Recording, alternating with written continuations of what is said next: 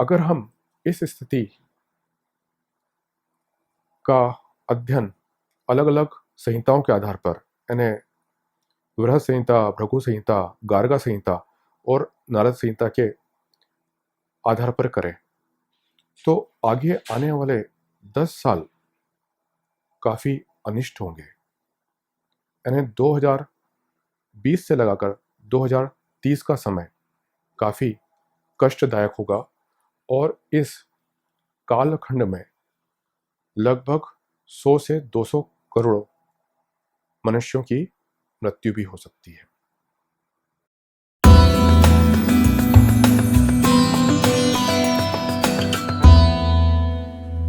आज से ठीक 1 साल बाद यानी 10 जून 2021 को होने वाला सूर्य ग्रहण की उन श्रृंखलाओं में से एक है जो पृथ्वी पर भयानक तबाही ला सकते हैं। इस श्रृंखला का पहला सूर्य ग्रहण 26 दिसंबर 2019 को हुआ था और इसके ठीक 5 दिन बाद यानी 31 दिसंबर 2019 को कोरोना वायरस का पहला केस सामने आया था। महामारी का और सूर्य ग्रहण का आपस में बहुत गहरा संबंध है। इस बात का उल्लेख नारद संहिता में स्पष्ट रूप से आता है। मैं यहाँ पर आपको ज्योतिष विज्ञान के संबंध में एक और विशेष बात बताना चाहता हूँ और वो यह है कि ज्योतिष विज्ञान को 3 भागों में बांटा जा सकता है। जो पहला भाग है उसमें सिद्धांत होते हैं और सिद्धांतों के आधार पर ही ग्रहों की सापेक्षिक गति और उनकी स्थिति का अध्ययन और आकलन किया जाता है।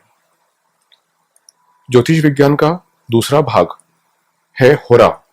होरा के आधार पर किसी भी व्यक्ति के भविष्य के बारे में टिप्पणी की जा सकती है, भविष्य के बारे में बातें बताई जा सकती है। इसी के आधार पर कुंडली, पामिस्ट्री या न्यूमरोलॉजी का जिक्र किया जाता है, इनका वर्णन होता है। और जो ज्योतिष का अंतिम भाग है और जो बहुत महत्वपूर्ण भाग है वो है संहिता। संहिता का अर्थ ही होता है कलेक्शन और संहिता के जो रूल्स हैं वो किसी एक व्यक्ति विशेष पर अप्लाई नहीं होते बल्कि पूरे जन समूह पर अप्लाई होते हैं। और संहिता के आधार पर हम प्राकृतिक आपदाएं जैसे साइक्लोन या फिर सुनामी या भूकंप, बाढ़ या सूखा, इन सब का वर्णन कर सकते हैं। इसके अलावा युद्ध हुआ और महामारी भी संहिता के अंतर्गत आती है।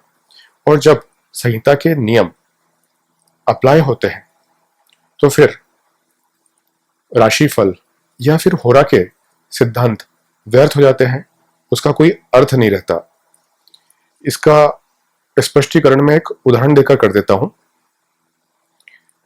6 अगस्त 1945 को हिरोशिमा में ठीक 8:30 बजे परमाणु बम का विस्फोट हुआ था। यदि आप किसी ज्योतिषी से पूछें कि 6 अगस्त 1945 को जन्मे बालक का भविष्य क्या होगा, तो वो अपनी गणनाओं के आधार पर बता सकता है कि इस दिन जन्मे बालक का भाग्य काफी अच्छा होगा, साहसी होगा बालक, बुद्धिमान होगा, रूपवान होगा, दीर्घायु होगा। लेकिन ये सब बातें व्यर्थ है, क्योंकि जब संहिता के नियम लागू होते हैं तो होरा का कोई अर्थ नहीं रह जाता, उसके नियम व्यर्थ हो जाते हैं। ये उसी प्रकार है जैसे चुनाव आचार संहिता लगती है जब, तो फिर मंत्रियों के अधिकार समाप्त हो जाते हैं। मैं यहाँ पर आपको एक दूसरी विशेष बात और बताना चाहता हूँ और वो ये है कि महामारी का भी विश्व युद्ध से बहुत गहरा संबंध है, क्योंकि इन दोनों में ही मास डिस्ट्रक्शन होता है। और जितना डिस्ट्रक्शन विश्व युद्ध में नहीं होता है उससे भी ज्यादा डिस्ट्रक्शन महामारी में होता है। कई लोग युद्ध को ही ज्यादा खतरनाक मानते हैं, लेकिन जैसा मैं भी आपको बताऊंगा तब आपको पता चलेगा कि महामारी युद्ध से भी ज्यादा खतरनाक होती है। और जो अभी स्थिति चल रही है ये भी खतरनाक है, क्योंकि अभी होरा के सिद्धांत अप्लाई नहीं हो रहे हैं। अभी राशिफल का कोई मतलब नहीं है। अभी सिद्धांत जो अप्लाई हो रहे हैं वो हो रहे हैं संहिता के, जो विश्व युद्ध और महामारी के समय सिद्धांत अप्लाई होते हैं। मैं यहाँ पर महामारी और विश्व युद्ध में के बारे में थोड़ी सी जानकारी दूंगा। मैं उदाहरण के लिए ये पहला जो वर्ल्ड वॉर था यानी प्रथम विश्व युद्ध, उसके बारे में आपसे चर्चा करूंगा। प्रथम विश्व युद्ध 1914 में शुरुआत हुई थी उसकी, और 4 साल तक चला था, और 1918 में इसका मतलब ये समाप्त हो गया। इस विश्व युद्ध में 2 करोड़ लोग मारे गए थे, जिसमें 62,000 भारतीय सैनिक भी थे। लेकिन यह विश्व युद्ध समाप्त भी नहीं हुआ था कि उससे पहले एक महामारी जिसका नाम स्पेनिश फ्लू था वो सामने आ गई, और इस महामारी से 10 करोड़ लोगों की मृत्यु हुई, जिसमें से भारत के 2 करोड़ लोग भी शामिल हैं। और आपको ये जानकर आश्चर्य होगा कि स्पेनिश फ्लू का पहला केस स्पेन में नहीं बल्कि अमेरिका के मिलिट्री बेस कंसास में मिला था। यानी अगर आप नियति की दृष्टि से देखें तो नियति को यह मंजूर था कि 12 करोड़ लोगों की मृत्यु हो, और युद्ध और महामारी तो केवल बहाना थे। और जब ऐसा समय आता है तब काफी प्राकृतिक विपदाएं भी आने लगती है, जैसे चक्रवात का आना। आप ये देखेंगे कि जब से ये महामारी शुरू हुई है तब से प्राकृतिक विपदाएं भी बढ़ चुकी है पूरे विश्व में। ये ऑब्जर्वेशन मैं आपके ऊपर छोड़ता हूं। और दूसरी बात है कि जब से ये महामारी आई है तब से विश्व युद्ध के भी आसार दिखाई देते हैं, जैसे चाइना और अमेरिका के बीच कॉन्फ्लिक्ट हो चुका है। अमेरिका और जो दूसरे देश हैं उनके बीच भी संबंध इतने मधुर नहीं रहे।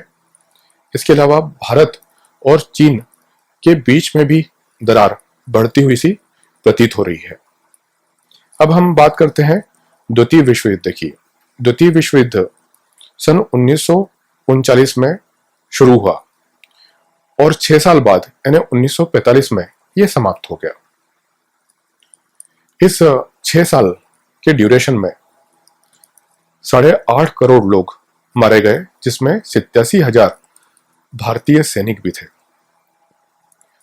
अब कोई सोचेगा कि जब 1945 में युद्ध समाप्त हो गया तो उसके बाद में विश्व में शांति की स्थापना हो गई होगी, लेकिन ऐसा बिल्कुल भी नहीं है।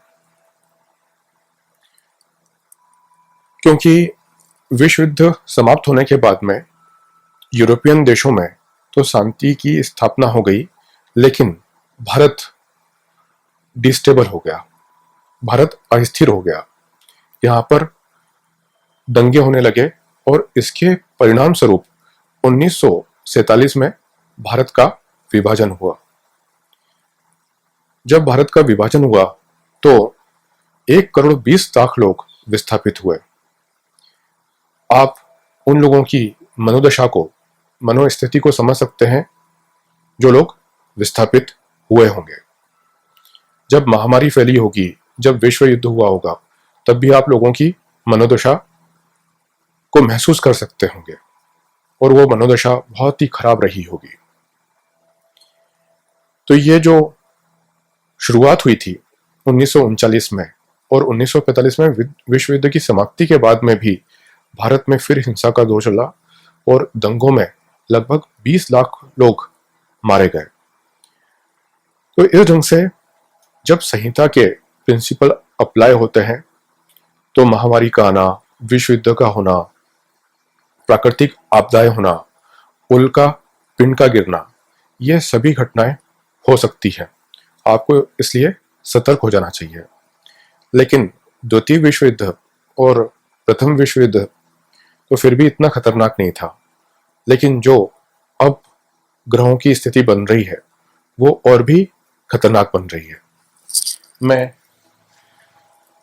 आप लोगों को बताना चाहता हूं कि अगले साल जो 10 जून 2021 का सूर्य ग्रहण है वो कितना खतरनाक हो सकता है।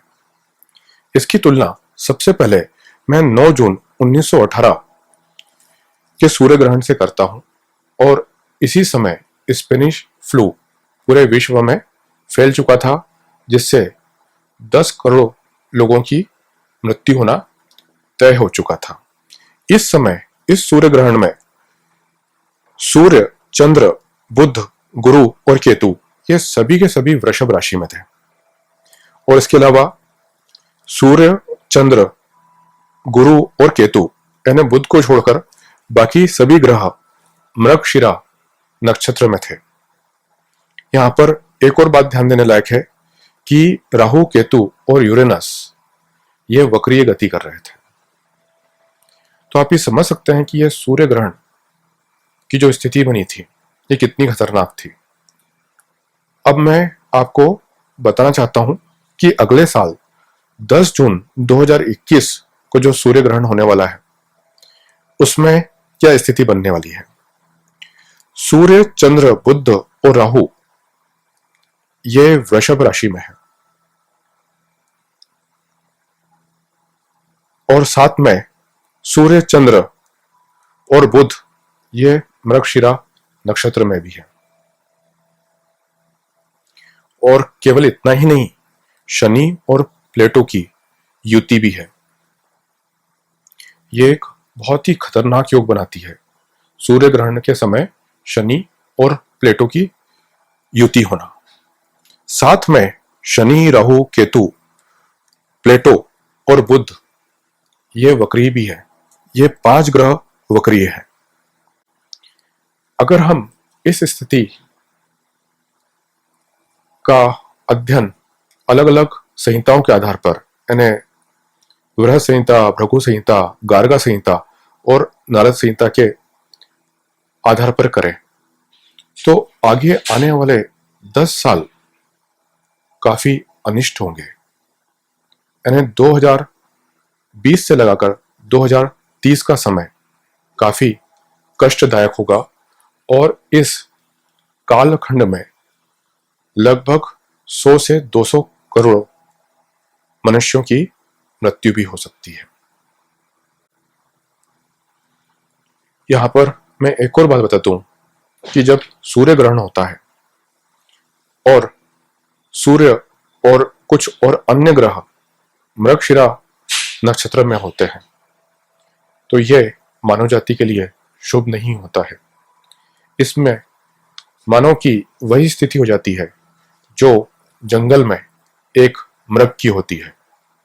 जिस प्रकार मृग को हमेशा शिकार होने का भय होता है, इसी प्रकार इंसानों की भी स्थिति हो जाती है।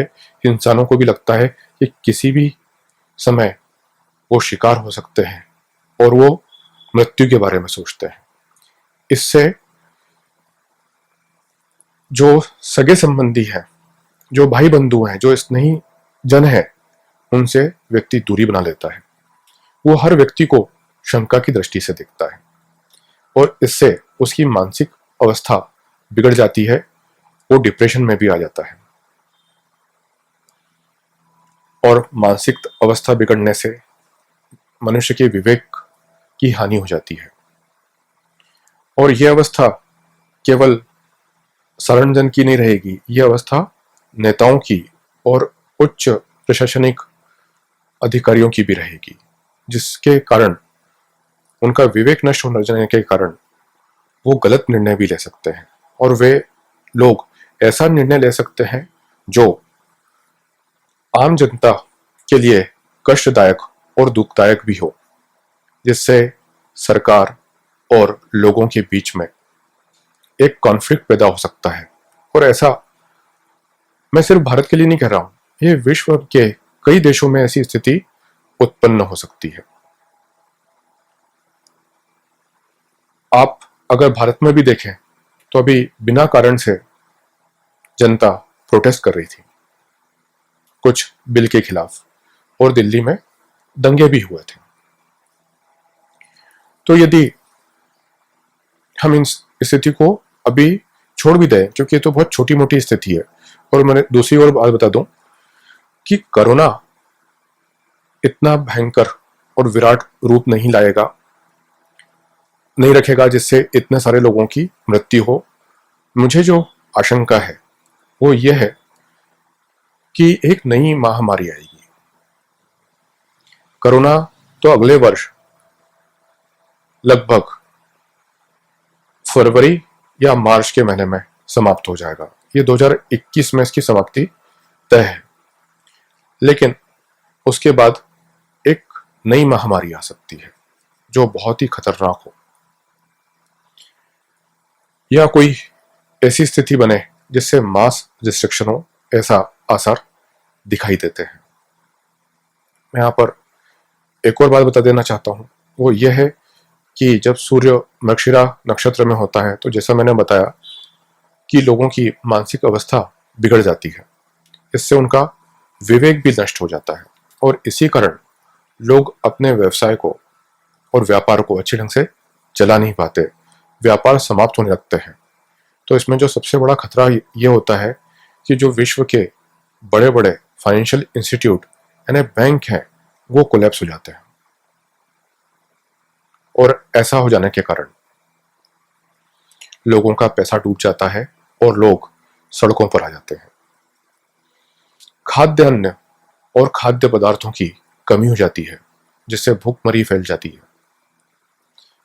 और ऐसी अवस्था आने पर अराजकता और प्रशासन तंत्र तो ध्वस्त हो ही जाता है, और अराजकता भी की स्थिति आ जाती है। यह सब आने वाले समय में हो सकता है, और ऐसी स्थिति अगर पूरे विश्व में आती है तो विश्व के जो सबसे ताकतवर देश हैं वो और ताकतवर हो जाते हैं, और गरीब देश और कमजोर देश और ज्यादा गरीब हो जाते हैं। ऐसी स्थिति में जो शक्तिशाली देश हैं वो कमजोर देशों के ऊपर डायरेक्ट अपना शासन या कंट्रोल या नियंत्रण हासिल कर सकते हैं। यह चीज बहुत ही समझने लायक है, और यह हमारे पॉलिटिशियंस को भी समझना चाहिए। अब सवाल ये उठता है कि यह स्थिति इतनी खतरनाक है और खराब है, तो इससे बचने के क्या उपाय हैं? इससे बचने का उपाय केवल और केवल यह है कि आप अपनी मनोदशा को अच्छा रखें, आप अपनी मानसिक स्थिति को बिगड़ने न दें, और विवेकपूर्ण ढंग से अपने काम करें, होश में रहकर अपने काम करें। यह सबसे महत्वपूर्ण है। और सूर्य ग्रहण और चंद्र ग्रहण के साथ एक प्लस पॉइंट और है कि चंद्र ग्रहण के समय किया गया जब 1,00,000 गुना फलदायक होता है, और सूर्य ग्रहण के समय किया गया जब 10,00,000 गुना ज्यादा फलदायक होता है। इसलिए जब सूर्य ग्रहण हो और चंद्र ग्रहण हो उस समय आप लोग जप कर सकते हैं, और सबसे अच्छा जो होगा वो होगा महामृत्युंजय मंत्र, जो आपको स्वस्थ भी रखेगा, आपको मृत्यु से भी बचाएगा। और इसके अलावा गायत्री मंत्र, ये आपकी मानसिक अवस्था को भी अच्छा रखेगा और स्वास्थ्य को भी। सरस्वती मंत्र बहुत जरूरी है, क्योंकि इससे आपकी बुद्धि तीक्ष्ण होगी और आपके अंदर विवेक भी आएगा, जिसकी सबसे ज्यादा जरूरत है इस अवस्था में। और लक्ष्मी मंत्र और नारायण मंत्र भी आपको काफी सहायता कर सकते हैं। इसलिए आप इन मंत्रों का जाप करें इस विकट स्थिति में, और अपने विवेक से काम करें। किसी भी स्थिति में आपको अपना मनोबल छीन नहीं होने देता है। आप अपने आप को हमेशा मजबूत रखें, निराश ना हो, और अपने आप भरोसा रखें और आत्मनिर्भर बनें। आपके पास खाने पीने की चीज, बिजली और पानी, और बिजली न होने की स्थिति में आप क्या क्या कर सकते हैं उस चीज का भी इंतजाम थोड़ा आप करके रखें। इतना ही मेरा संदेश है। नमस्कार।